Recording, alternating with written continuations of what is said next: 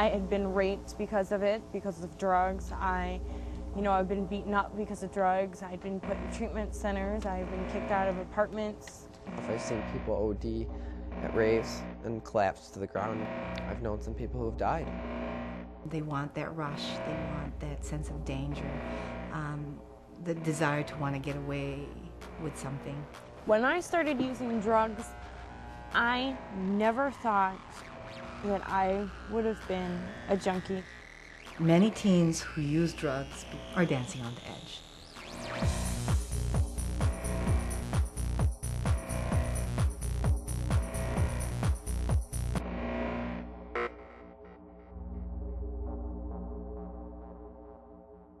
My name is John. I started using drugs when I was 13, and I've done marijuana, ecstasy, LSD, ketamine, cocaine, methamphetamine, mushrooms, and I did that for a while, and now I have been clean for 3 years.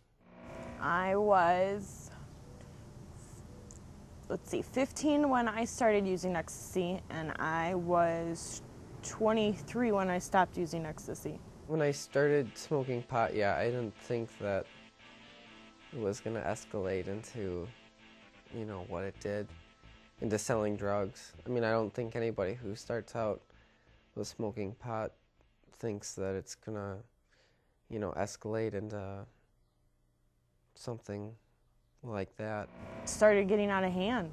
It started taking over my life. It led to one drug to another. It never stopped.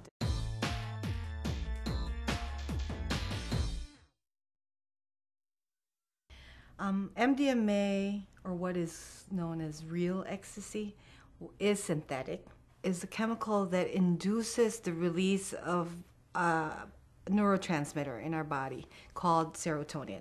It's a natural neurotransmitter in our body that is involved with many aspects of our lives, involved with sleep, with mood, with eating, with sex, with appetite. Ecstasy is called the hug drug, the love drug, and people who use it want to be touchy-feely, and they love to hug and touch each other. The sense of touch is increased sensation. It is a stimulant, and it has some mild sensory bending effects, so perceptual effects. And that's why it's used often in parties where there's a lot of dancing and there's a lot of lights and a lot of rhythmic music, pounding music. The drug itself, ecstasy itself, is actually, I think, marketed for young people. I mean, you're talking about bright colored tablets with all these neat little logos on it, smiley faces, Nike swoosh symbols. I mean, how could a nice bright yellow tablet with a smiley face hurt you? People who cook they're not professional chemists, so they are adding a lot of different fillers and stuff in there, so you don't really know. You are taking MDMA, but you don't know what else they're putting in there. Even if it had the same print on it, that doesn't mean it came from the same source. More often than not, it is adulterated. It is laced, or it is cut with other chemicals such as methamphetamines, PMA, MMA, chemicals which may be more dangerous.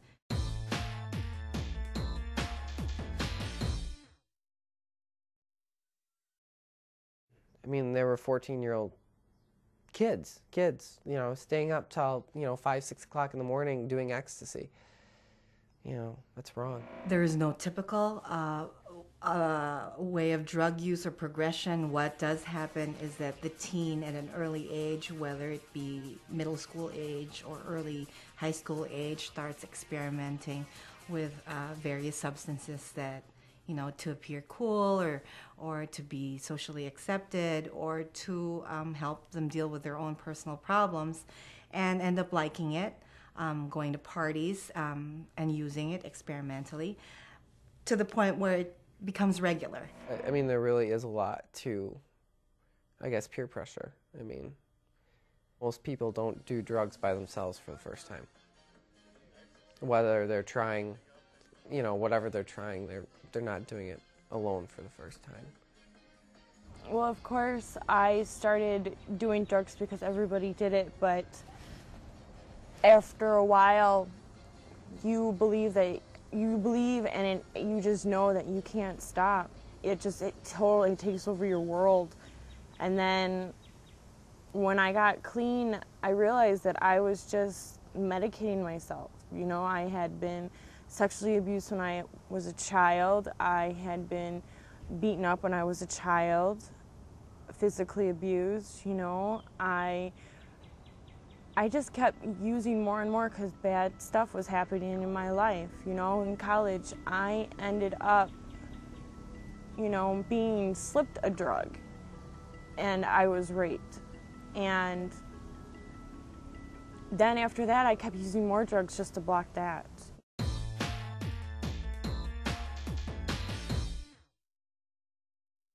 When I was using drugs, I didn't use them just at raves. I used them everywhere recreationally.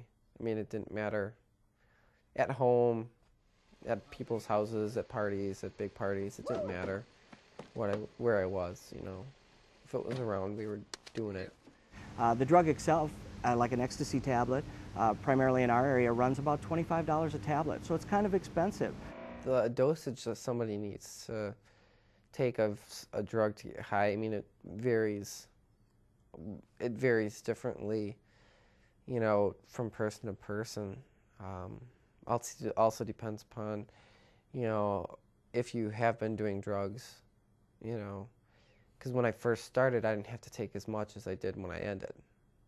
You know, and when I first started taking E, I took one pill, and I'd get off for 6-7 hours, and then by the time I ended, you know, I was doing 6, 7, 8, 9 in a night. I was doing, I mean, at my highest point of my usage, I was doing $150 a day.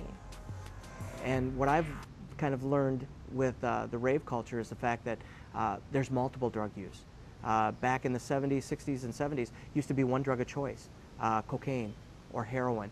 Today it's multiple drug use. Ecstasy, ketamine, not uncommon to have nitrous oxide used with that as well.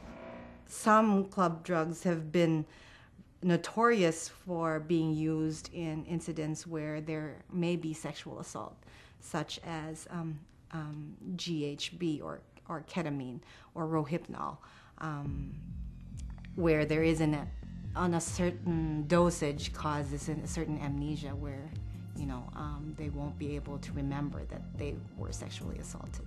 I think that's odorless, tasteless, no color, no nothing. So then when that happened, we came up with something called the dead drink. You would never accept a drink from anybody. You would take your drink to the bathroom with you. You would never set your drink down, stuff like that. There will be adolescents who desire the stimulant effect, so they'll use drugs that cause them to be stimulated. There are teens who want to feel relaxed and chilled out and have a calming effect, and they will use drugs that will depress or cause them to be more relaxed. In the same evening, yeah, I'd use multiple different things. There were different combinations that you'd call them different things, like doing mushrooms and E was called a hippie flippin'. Doing acid and E was called candy flippin'. You know, I'd snort coke or snort meth while I'd use anything with anything else, really. It really didn't matter what was going on. And I'd always smoke pot with everything. We always used to say that you're rolling.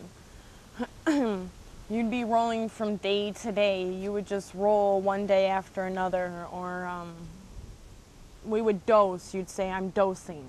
But, you know, at my heaviest, I was, you know, really just selling drugs to make a little bit extra money and then to support my own habit, you know. Because in one night, you know, 6 of us would get together, and between the 6 of us, we'd do 70 pills. You know, and you wouldn't even blink twice about it.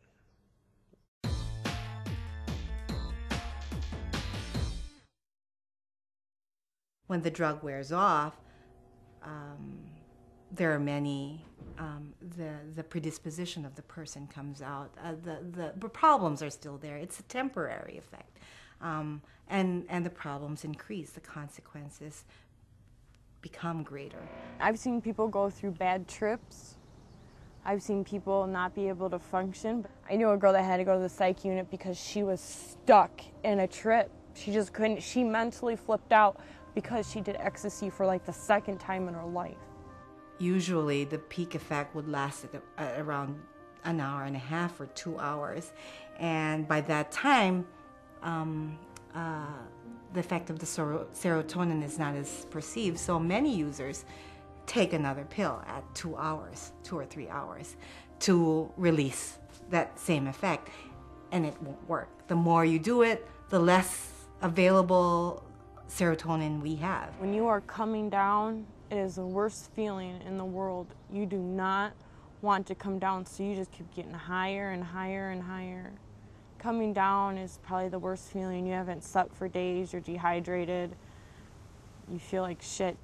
You don't realize what happened, or you realize how many people you slept with, and you know, and then you think about, say you go get tested, HIV testing or whatever, you think about those things, but then you think of the next time, well, I'm just gonna get high again because the high is so great. Teens who are regularly using drugs, you'll probably find a marked difference in behavior, in attitudes.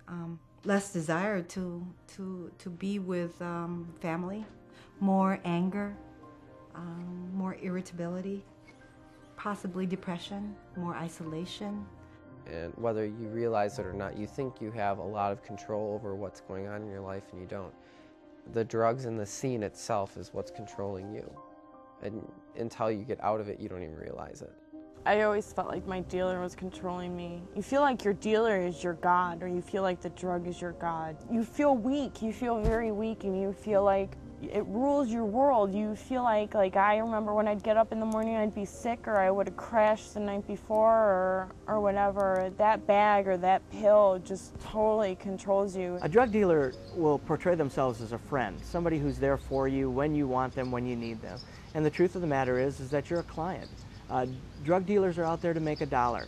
They're not checking to see how the drug's going to affect you. They're not following up with you to see how good the drugs were. I was in treatment with a girl that was in there just on a waiver.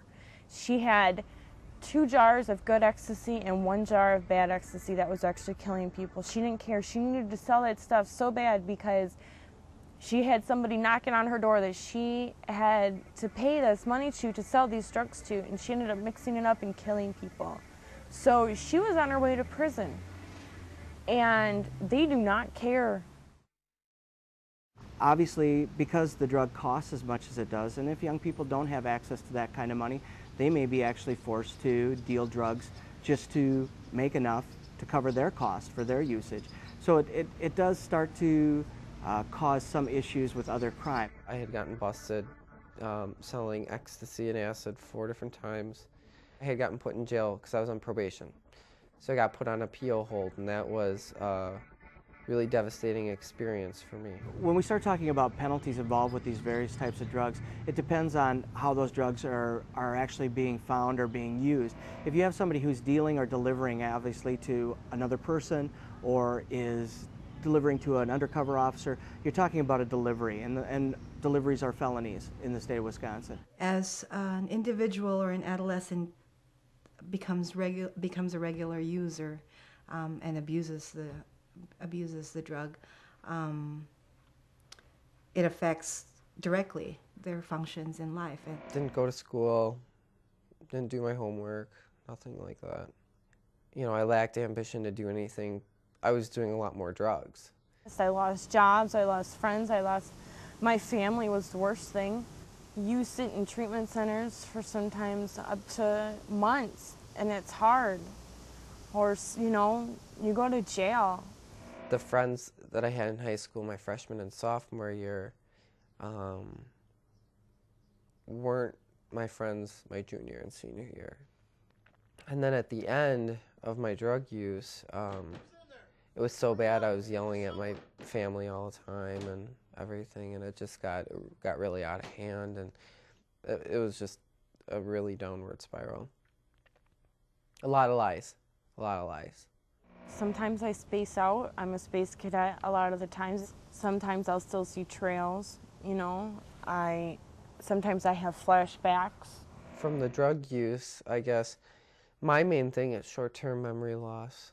There's some certain things you can look for when you have somebody using ecstasy.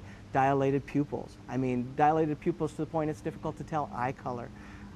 You have that. You have bruxism, a grinding of the teeth, which is where you start to run into the paraphernalia.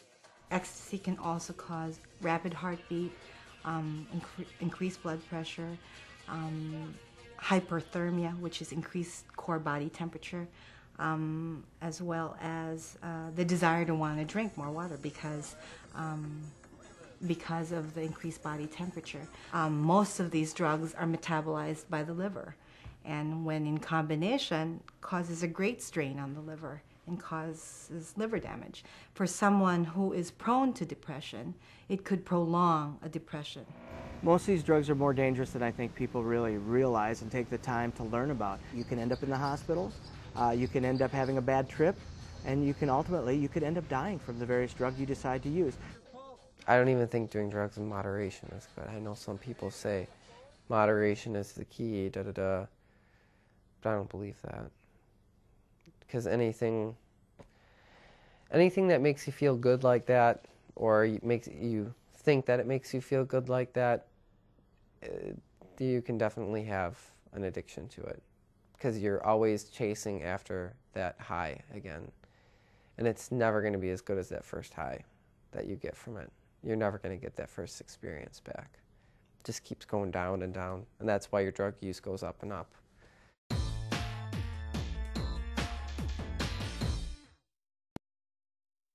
When you go into treatment,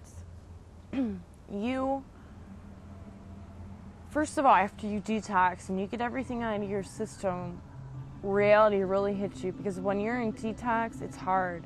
You're either crashing off a drug or you are, you're dope sick off of a drug. But when you're finally done with those 5 or 7 days of sitting in like a detox unit and you go into drug treatment, you have built this wall. You have to start evaluating things that you did. I brought my brother to cop dope one time. I put my brother in that situation where I had to sit back and think, my brother could have been hurt. My brother could have been put in jail because he's with me and I'm the one getting drugs. Treatment in our agency is basically planting seeds. Component of education is there, but for the most part, what we would like to have our teens do is talk. If you don't deal with these problems, it'll continue to fester, because I never dealt with the rapes, I never dealt with the molestation, I never dealt with the physical abuse, I never dealt with any of those things. So it ate me up again. Using drugs totally messed up my life. Totally messed up my life. I went to treatment 5 times. We work with the teens from where they're coming from, where they're at. If they're teens who've decided to quit, that's great, and we'll help them find alternatives and options and support systems and involve their families. Teens who aren't ready to quit, we'll help them explore their options and help them look at their choices. Well, treatment really revealed how fake I was being, to myself and to other people. So it really made me think about how my actions are playing on other people's feelings and emotions. It reconnected a lot of things for me that I had disconnected myself through my drug use and everything. So it really forced me to take a real hard look at myself. There's a saying, change your playground, change your playmates.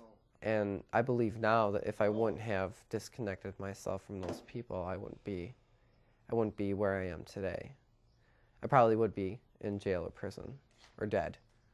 Now my relationships are real. People actually care about you, and They'd do anything for you, you know, where before in like the drug world, people would turn your back on you.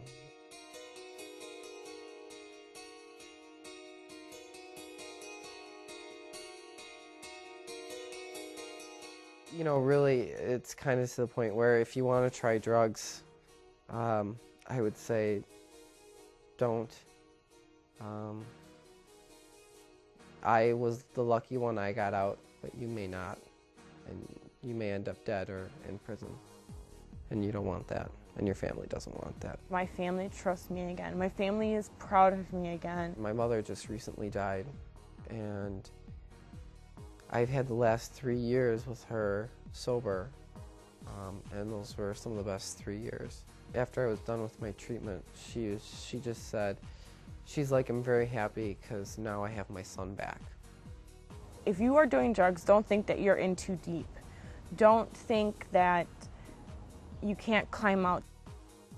If I had to do it over again, I wouldn't just try it.